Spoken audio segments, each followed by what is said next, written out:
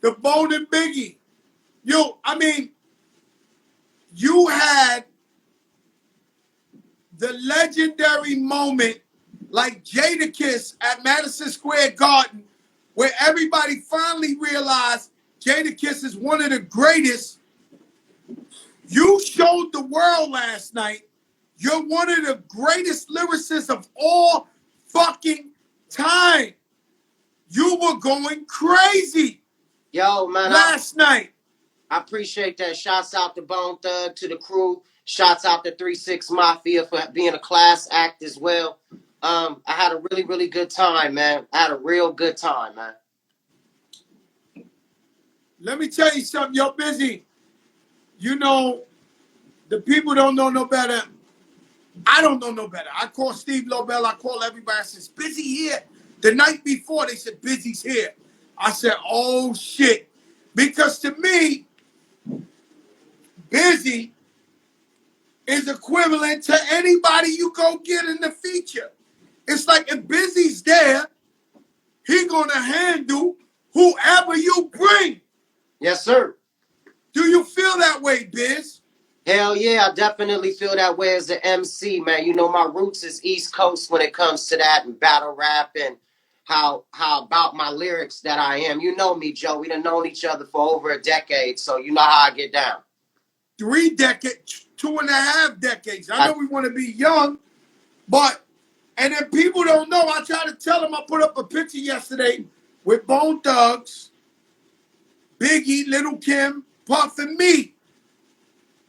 And they don't know the story that you guys were real cool with Pop, and Biggie was on me because you the first guys that embraced me to be on another level. Bone Thugs was my big homies. Okay? Love. Let's keep it 100%. And you guys love Fat Joe, and you took me on the road with you. And so Biggie knew that, and he was like, yo, Joe, I need these guys to get on a record with me. I said, yo, Big, rest in peace. I said, yo, Big, they fuck with Pot. And they was like, nah, but they your guys. So I get on y'all, get on Steve Lobel, get on all that. And then y'all go to the studio, and that's how we made Bone and Biggie. Goddamn right. And so I'm sitting there, and you know, I feel different. You know, I love 3-6 Mafia to death. But you know, I'm Joey Bone. You know.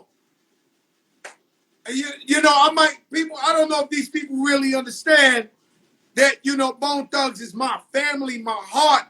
You know, when Big Pun died, Lazy Bone was standing right next to me when I found out. And he stood with me for the funeral and everything. So I feel like people must have think I'm in the crowd going crazy. Yeah, I'm in the crowd going crazy. Hello, Melissa. Hi. Oh, shit, Melissa made it. Melissa from Trill is in the building. That's my girl. What's up, Melissa? How you doing? Yo, Melissa, come say hi to the people. Because we've been talking about this girl in every recap. Just give them a little wave, Melissa. Hi, everyone. Yo, Biz.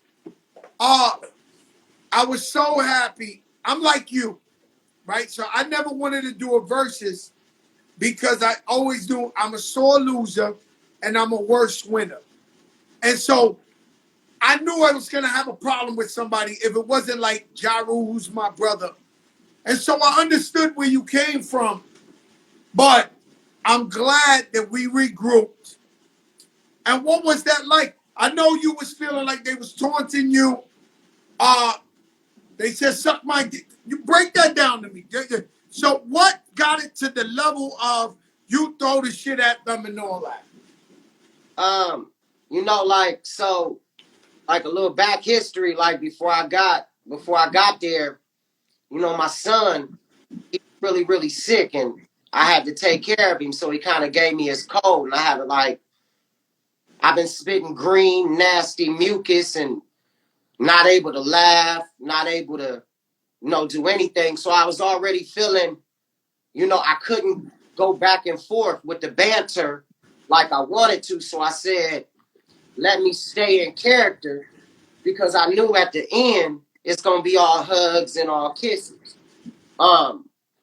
So, you know, the first time that like I tried to like create some sort of banter and do a little back and forth, y'all ugly motherfuckers ain't finna be, you know, like I expected maybe a shut the fuck up. I expected a maybe who you calling ugly? Y'all motherfuckers. I expected maybe some of that, but I didn't expect, you know what I'm saying, for homie to like talk to me on some, you know what I'm saying, like I'm a street dude. And I didn't expect him to say no shit like that. And like my soul made my body react. Like, what the fuck? You know what I'm saying? Like, I couldn't think before I acted. Like, and you know, that's one of the things that I pride myself on as being a thinking man. But so after that had happened or whatever, I didn't really know what was up. You know, I didn't know what was going down. But you know, I was on. You know, I told him, I said, I come from the projects. In New York, we call it snapping. We say, your mother looked like this, your father looked, we do that for hours. But the minute another man tell another man's SMD, it gets to violence. I mean, I think it's always been that way. So after that, I was like, you know, I called Melissa and she was like, you all right? I said, first of all, I let her know I'm not trying to fuck nothing up because I know I wasn't thinking. If I would have, I just don't know how I would have reacted in retrospect. I keep going through it and I just don't know what else the hell I would have done, you know? So then Lobel gave me a call and then I heard the people in the crowd chanting my name and Lobel was like, come back, come back, come back. We all on stage. And then my family called me and they was like, they back on stage, Dad. You know, go back up there. Come on, do it. I'm like, I'm on my way. So, you know. And so the shorty was your son? Huh? Did you have your son with you on stage? No, my son called me. Oh, but there was a young kid on stage. And so the crowd was like, we never knew if Bizzy's showing up or not. Bizzy's here. The fight breaks out. Oh, fuck. There goes Bizzy. He's leaving. We're fucked. Bone Thugs fans are fucked. Even though we got the whole crew there, we got Flash, we got Wiz, we got Lazy, we got Grace. It's like we want everybody. And so when you come back, the crowd is like, yes, like he's back. And you got to understand this is that shit. And when you come back, the temperature changes. Now you going blow for blow for blow for blow. You got Easy E. The crowd sung every word to that Easy E verse. And what I didn't realize before the verses is I was going around. This is part of this shit I do, this fucking recap, where I start asking random people in the fucking Pollo Loco, people in the lobby of the hotel, people at the weed spot, who you going for? And all of LA is like, yo, Bone is easy. Bone is easy. We going Bone. So y'all had the home court advantage to me. I loved how it turned out. Do you think overall this was a great thing for hip hop? I mean, so I want to finish what I was going through, and I do. So when I came back, I felt like as a man and as a business person and as an adult, you know, I wanted to make sure that I apologized to their whole side because they did what they were supposed to do. And my side did what they were supposed to do. And I wanted the fans to understand I'm not trying to fuck nothing up. And so then after that, I called Juicy J over. I said, come here, nigga. You seen it. You was there. And you know, we said a little something, you know what I mean, and I keep that between us. But as it went on, it was a respect on the floor. And, you know, I was able to ease up a little bit, you know, nod my head to some of their shit. because I understand as we're getting to the end, all of this shit's got to end with Crossroads and us linking up and shaking hands. I knew that before I walked in. I already knew the plan. I was one, keeping character, and for two, I was a little bit under the weather, so I was saving my voice for the performance because I've been coughing. Bizzy, I'm going to ask you this question. Fat Joe was there to support you guys, but I was upstairs minding my business, doing shit bosses do. So I'm up there watching, and Melissa comes, who's right here, and says, listen, both of these guys want to go last. None of them are going to go first. They want Fat Joe to do a coin toss to see who goes last. The reason I'm explaining this to you, I go out there, I introduce both of y'all, with y'all both family, and I throw, and shout out to Crunchy Black. He's the only one I didn't get to introduce because crazy, Lazy was wilding. Like, it was just wild, right? But we did the coin toss. You guys won the coin toss, tails. So you get to go last. Why didn't you guys do first of the month last? Like, I don't know why you guys didn't perform first of the month. The whole fight was over going last. And you got a motherfucking bomb. And you never did the bomb. Let me tell you why. Because of mostly more than anything was because of what happened to Young Dolph.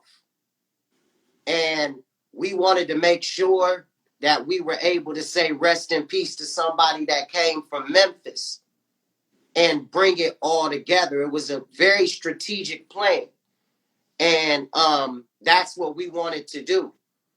You know, we wanted to make sure that we did that. I don't know why we didn't do first of the month, but it was like we felt as though we got so much in the chamber that after we done with 3-6, we ready for a Wu-Tang, or we ready for this, or we ready for, oh, you know, we wasn't trying to be arrogant. We just understood we got so much that some things we can lean back on and let them young brothers on their side shine too.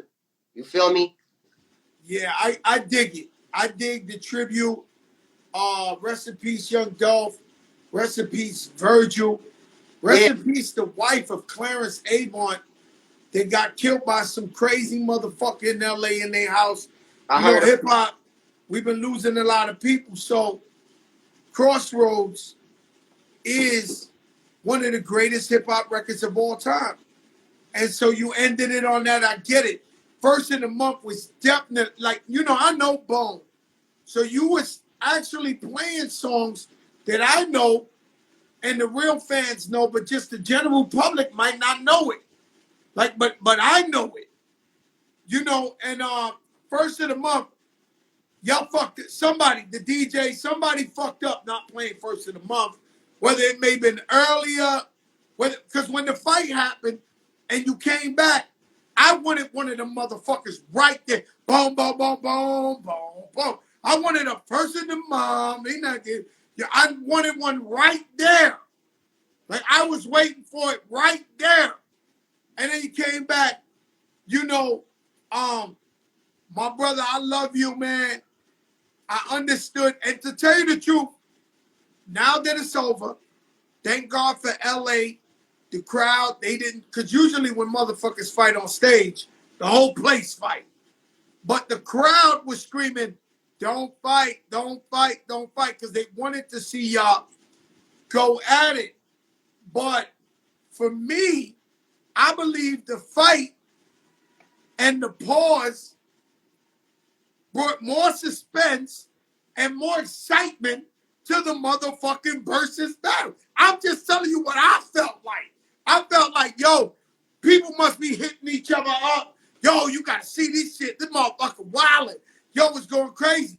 I thought it was hip hop, pure hip hop, and it was incredible how grown men came together who actually really love each other and made this thing all the way through.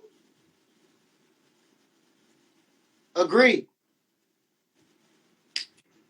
Let me ask you one last question, Busy Bone. where do you think you at in the top rappers of all time?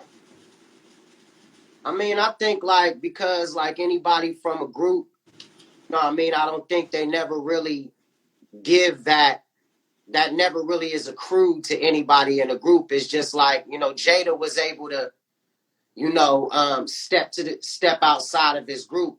But it's just difficult for me because, you know, me and my boys, we brothers. And we were kind of taught like nobody is, you know, as brothers, you're not better than your brother. If you get scuffed up, you better come home with a bloody lip just like your brother. So that's just the way Mama P and Granny Rose and Sis and rest in peace Mama Linda, that's just the way that they taught us, you know, as our four mothers in Bone Thugs. So I don't really think like that, but I'm going to keep on getting at it. I'm going to keep on getting to it.